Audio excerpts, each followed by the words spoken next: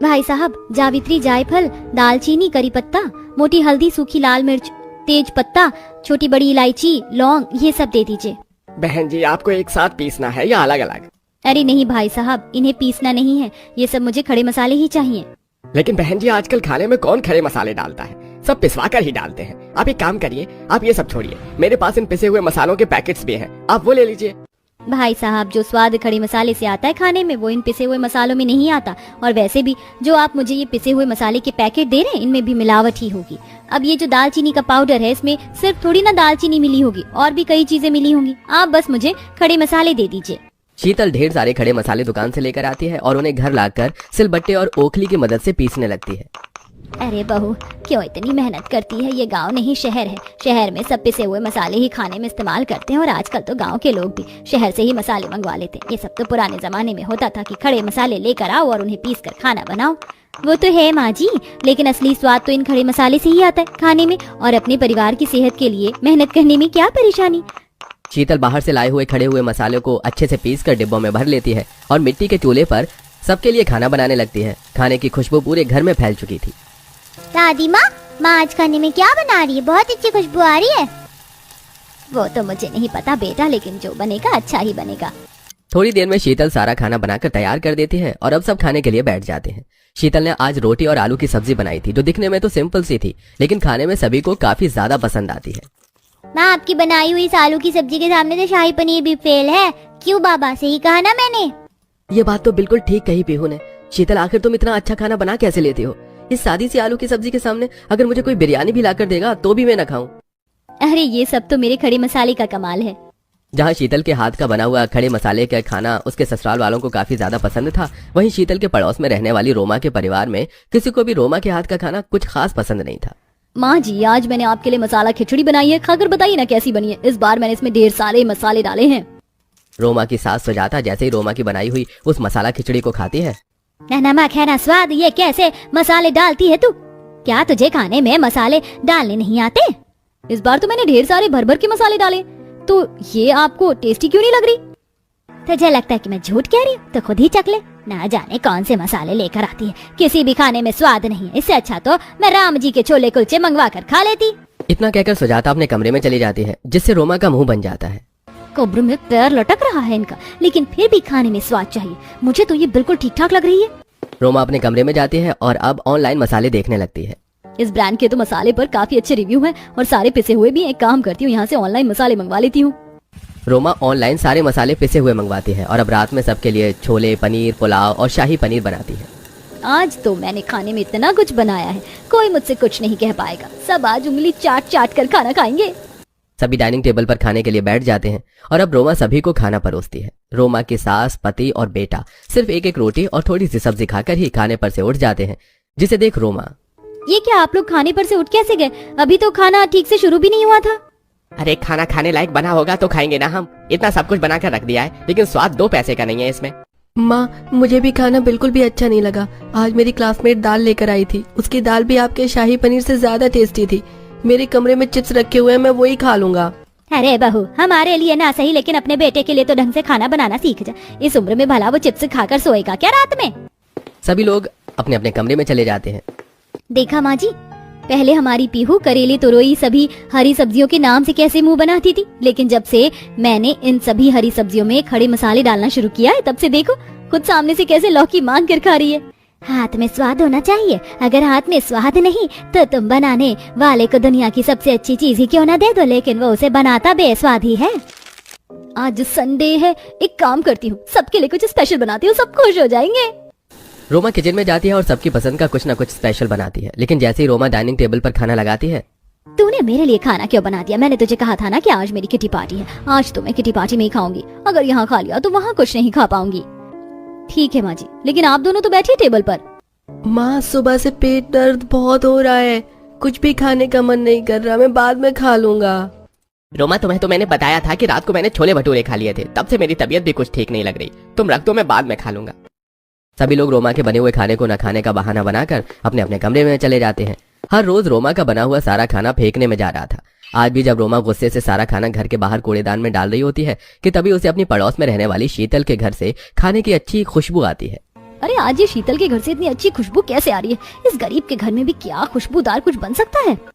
रोमा जैसे ही शीतल के घर जाती है तो देखती है कि शीतल चूल्हे पर भिंडी की सब्जी बना रही है और वही सिलबट्टे पर खड़े मसाले पीस रही है, जिसे देख शीतल, तुम घर में खड़े मसाले पीसती हो? तुम्हारे पास इतने भी पैसे नहीं है कि तुम बाहर से पिसा हुआ मसाला लेकर आओ। बात पैसों की नहीं है, बात तो स्वाद की है। बाहर से खड़े मसाले डालकर उन्हें पीस कर खाने में डालने में खाने का स्वाद काफी अच्छा होता है। तुम भी ऐसा करके खाना बनाना। मेरे पास इतना फालतू का टाइम नहीं है जो मैं बाहर से खड़े मसाले लाकर पहले इन्हें पीसूं और फिर खाना बनाऊं। मैं तो बाहर से वो भी अच्छे ब्रांड के मसाले मंगवाती हूँ। तुम्हारी इतनी हैसियत कहाँ जो पिसे मसाले मंगवा सको।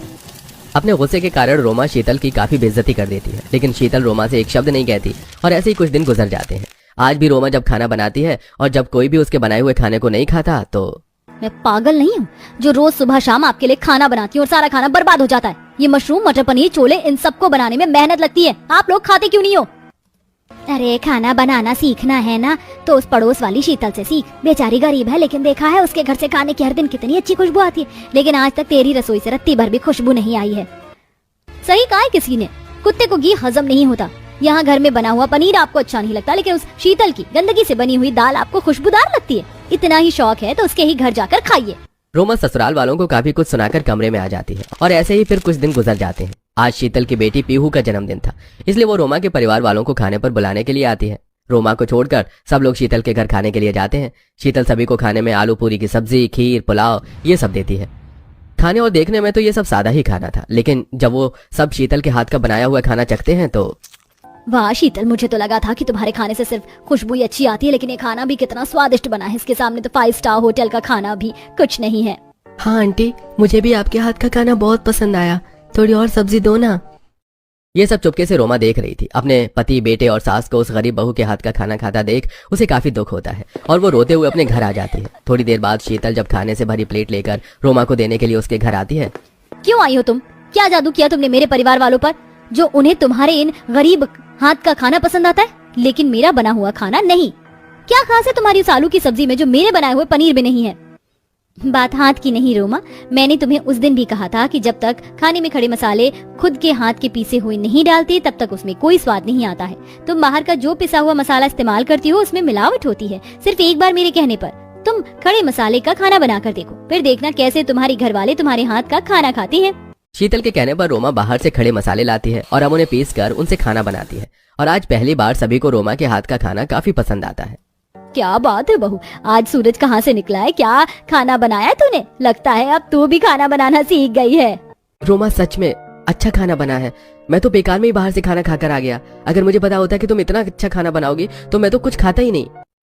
हाँ मम्मी, बहुत टेस्टी खाना बना है, मुझे थोड़ा सा और दो ना। अपने परिवार वालों को अपने हाथ का खाना पसंद आता देख रोमा की आंखों में खुशी के आंसू थे और वो शीतल की बात अब पूरी तरह से समझ चुकी थी। और अब रोमा भी शीतल की तरह ही हमेशा बाहर से खड़े मसाले लाती और घर पर पीसकर उनसे खाना बनाती, जिससे अब दोनों ही अमीर और गरीब बहू के हाथ का खाना उनके परिवार को काफी पसंद आता। आओ आओ घर की लक्ष्मी, अंदर आओ और यहाँ अपने मेहंदी के छाप इस दीवार पर लगा दो। ये हाथ पर थोड़ी मेहंदी लगा लो। माँ जी ये सब क्या है? मैंने हाथों पर इतनी महंगी डिजाइनर मेहंदी लगवाई है और आप इस पर और मेहंदी लगवाकर मेरे हाथ का डिजाइन खराब करवाना चाहती हैं। देख नहीं रही हैं आप मुझे कितना पसीना आ रहा है? नताशा दीदी, एक रस्म होती है और इसमें हाथ की मेहंदी खराब नहीं होगी। सिर्फ कुछ मिनटों के लिए ये वाली मेहंदी का घोल रखकर दीवार पर छाप लगानी है। घर में घुसी नहीं हो और आते ही मुझ पर हुक्म चलाने लग गई। भूलो मत तुम गरीब घर से आई हो और मैं अमीर घर से। एक तो इतना भारी लहंगा है, गर्मी में हाल बुरा हुआ जा रहा है और यहाँ तुम्हारी बकवास सुन रही हूँ। नताशा काम डाउन ना, जितनी देर में तुमने ये सब बोला उतने में तो काम हो जाता, कर लो। फाइन। ये कहकर नताशा मेहंदी का छाप दीवार पर लगा देती है और फिर गरीब बहू भी लगा देती है। अब तो मुझे भी बहुत गर्मी लग रही है माँ जी, मैं आप सबके लिए कोई गर्मी का शरबत बना दूं? नहीं, कोई जरूरत नहीं है। तुम दोनों की कल पहली रसोई है, इसलिए तभी रसोई को हाथ लगाना। और हाँ, दोनों समय से 6 बजे उठ जाना, मंदिर का भोग भी निकालना है। अरे बहू, घर में शादी की बची हुई कोल्ड ड्रिंक रखी है, वही तुम सबको दे दो। अब तो मुझे भी बहुत गर्मी लग रही है। ठीक है पापा जी। दोनों अपने कमरे में जाकर मेहंदी का हाथ साफ करते हैं और गरीब बहू सबको कमरे में जाकर कोल्ड ड्रिंक देती है। कुछ देर बाद खाना खाने के बाद सब सो जाते हैं। अगली सुबह कविता बहू उठ जाती है और उठकर घर की सफाई करती है, फिर नहा धोकर सास के पैर छूती है। वहीं दूसरी तरफ अमीर बहू खर्राटे मारकर सो रही थी। सास उसे उठाने के लिए दरवाजे पर खटखटाने लगती है। नताशा बहू उठ जाओ, 7 बजने वाले हैं। मैं लेट हो जाएगा पहली रसोई का खाना बनाने में। अरे क्या है, ठीक से सोने भी नहीं देती। पहली रसोई, कल से दिमाग खराब कर दिया है। आता जाता है नहीं मुझे कुछ बनाने को, फिर भी आई माँ जी, बस थोड़ी देर दीजिए। नताशा तैयार होकर स्लीवलेस ब्लाउज में आती है। दोनों बहू रसोई में होती हैं। माँ जी, पहली रसोई के खाने में क्या क्या बनाना है बता दीजिए। एक मिनट माँ जी, ये गरीब घर की देवरानी मेरे साथ इस मॉड्यूलर किचन में रहकर तो पहली रसोई का खाना नहीं बनाएगी। आखिर मेरा भी कोई स्टैंडर्ड। और माँ जी जल्दी फैसला लीजिए, गर्मी के मारे मेरा बुरा हाल है। ठीक है बड़ी बहू, खाने में कुछ मीठा, पनीर टिक्का, छोले पूरी, गर्मियों वाला अच्छा सा शरबत बना लेना। और छोटी बहू तू, तेरा खाने पीने का सामान इसमें है, इसमें से तुझे 4-5 चीज बनानी है और गर्मी का शरबत भी। और इस रसोई में नहीं, बाहर चूल्हे पर बैठकर तुझे खाना बनाना है। और मेरे घर में चूल्हा भी नहीं बना हुआ है, तेरे पास टाइम नहीं है, फटाफट खाना बनाना शुरू कर। लेकिन माँ जी मैं बाहर इतनी गर्मी में कैसे खाना बनाऊंगी?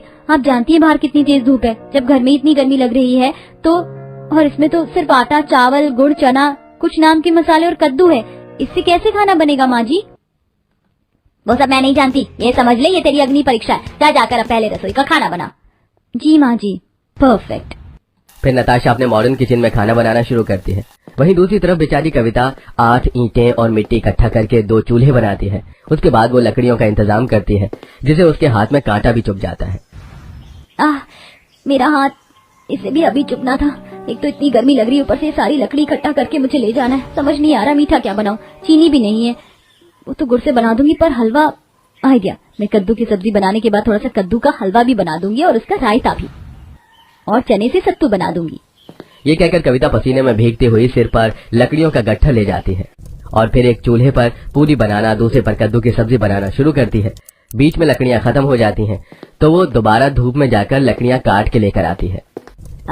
हे भगवान, ये चूल्हे की भभक तो बहुत तेज लग रही है और पूरी बनाने में हाथ जल रहा है। ऊपर से कांच की चूड़ी भी बहुत तेज गर्म होकर कलाई में लग रही है। वहीं दूसरी तरफ अमीर बहू किचन में गाना सुनते सुनते काम करती है, जिसे उसका खाने पर ध्यान नहीं होता। पूरी कचौरियों को जला देती है और सब्जी काटकर जो खाना बना रही होती है उससे किचन को गंदा भी कर देती है। उफ, ये बनाई हुई पूरियां तो जल गई। अब दोबारा आटा तो मैं नहीं लगाऊंगी, इसीलिए यही परोस दूंगी। सब्जी भी बन गई, अब ठंडी शरबत का क्या बनाऊंगी?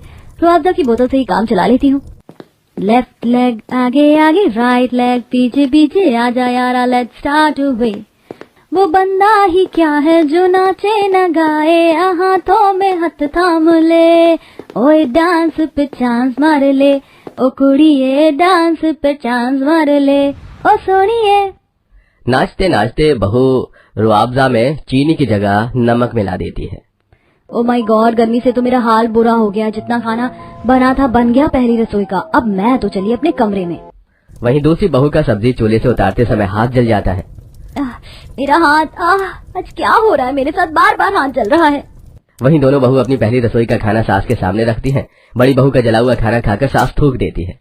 छी छी छी बहू, ये तूने क्या किया? जलने के बाद भी मैंने तेरा खाना खाया। मुझे नहीं पता था तू अपनी पहली रसोई में इतना बेकार खाना बनाएगी, जबकि तेरी रसोई में माइक्रोवेव, ग्रिल, 4 बर्नर का गैस, मिक्सर, जूसर सब कुछ है।